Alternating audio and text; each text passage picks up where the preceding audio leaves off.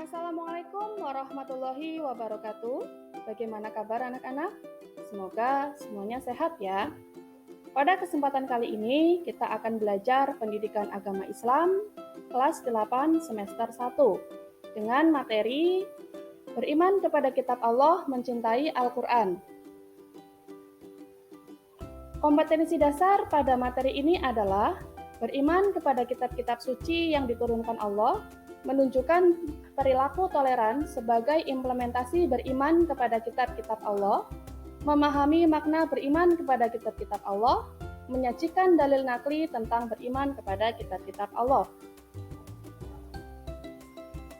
Adapun tujuan pembelajaran pada materi ini adalah setelah mengikuti proses pembelajaran, peserta didik diharapkan dapat menunjukkan perilaku iman kepada kitab-kitab suci yang diturunkan Allah dengan benar, menunjukkan perilaku toleran sebagai implementasi beriman kepada kitab-kitab Allah dengan benar, mengidentifikasi dalil nakli tentang iman kepada kitab-kitab Allah beserta artinya dengan benar, mengidentifikasi contoh-contoh nyata perilaku yang mencerminkan beriman kepada kitab-kitab Allah dengan benar, menyajikan paparan makna dalil nakli tentang kitab-kitab Allah disertai bukti-bukti lain yang relevan terkait dengan keberadaan kitab-kitab Allah mulai Taurat, Zabur, Injil, dan Al-Quran dengan benar.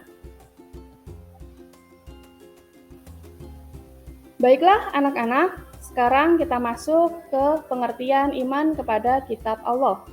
Iman kepada kitab Allah adalah suatu keyakinan yang ada dalam jiwa setiap mukmin terhadap adanya kitab Allah yang diterima oleh para rasul untuk disampaikan kepada umatnya sebagai pedoman hidup bagi mereka.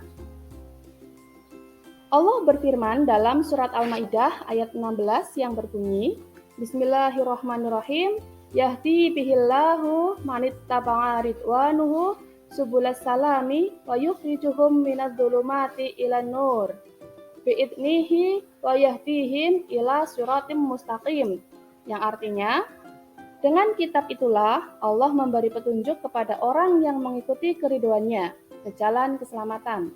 Dan dengan kitab itu pula Allah mengeluarkan orang itu dari gelap gulita kepada cahaya dengan izinnya dan menunjukkan ke jalan yang lurus. 4 kitab yang diturunkan oleh Allah adalah yang pertama, Taurat diturunkan kepada Nabi Musa alaihissalam.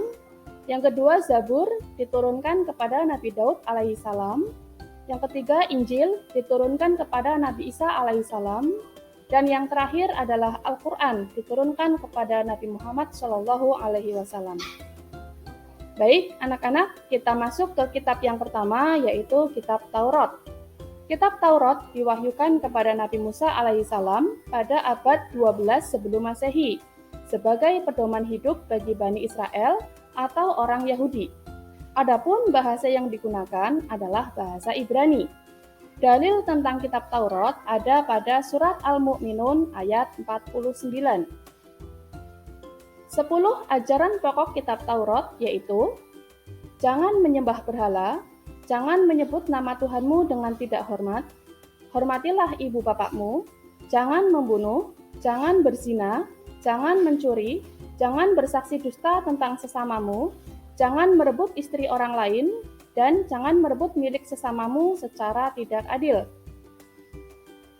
Selanjutnya, kita masuk ke kitab yang kedua, yaitu kitab Zabur. Kitab Zabur diwahyukan kepada Nabi Daud alaihissalam pada abad 10 sebelum Masehi. Adapun bahasa yang digunakan adalah bahasa Kipti. Dalil kitab Zabur ada pada surat Al-Isra ayat 55. Isi kitab Zabur yaitu berisi 150 nyanyian rohani Nabi Daud alaihissalam tentang seluruh pengalaman dan peristiwa hidup Nabi Daud alaihissalam, antara lain kejatuhannya, dosanya, pengampunan dosa dari Allah, sukacita kemenangan atas musuh Allah, kemuliaan Allah, dan kemuliaan Mesias yang akan datang. Selanjutnya kita masuk kitab yang ketiga, yaitu kitab Injil. Kitab Injil diwahyukan Allah kepada Nabi Isa alaihissalam pada abad 1 Masehi sebagai pedoman hidup bagi umatnya, yaitu kaum Bani Israel. Dalil kitab Injil ada pada surat Al-Maidah ayat 46.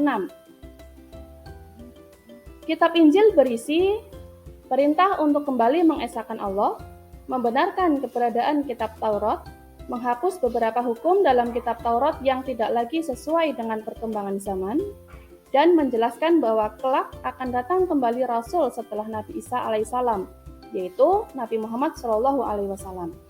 Di samping ada pada kitab Injil, penjelasan ini juga ada pada kitab Taurat. Kemudian kita masuk kitab yang terakhir, yaitu kitab Al-Quran.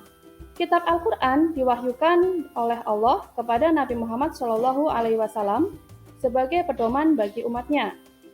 Al-Quran turun pada abad 7 Masehi dalam rentang tahun 611 hingga 632 Masehi.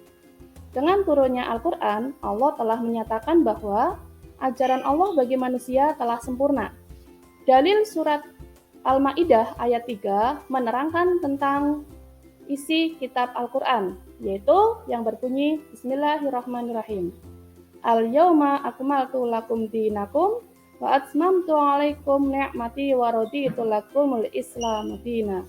Pada hari ini telah aku sempurnakan agamamu untukmu, dan telah aku cukupkan nikmatku bagimu, dan telah aku ridhoi Islam sebagai agama.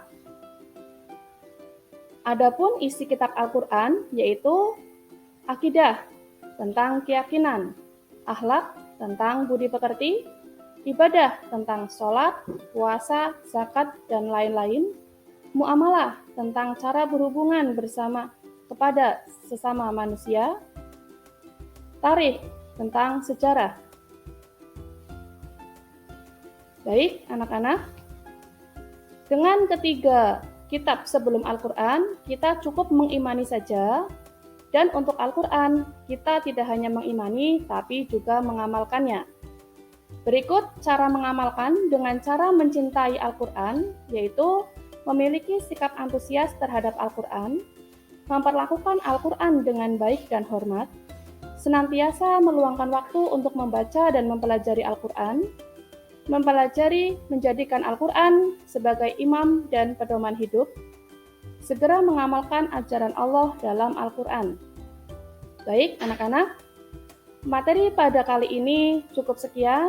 Terima kasih, sampai jumpa pada pertemuan berikutnya. Wassalamualaikum warahmatullahi wabarakatuh.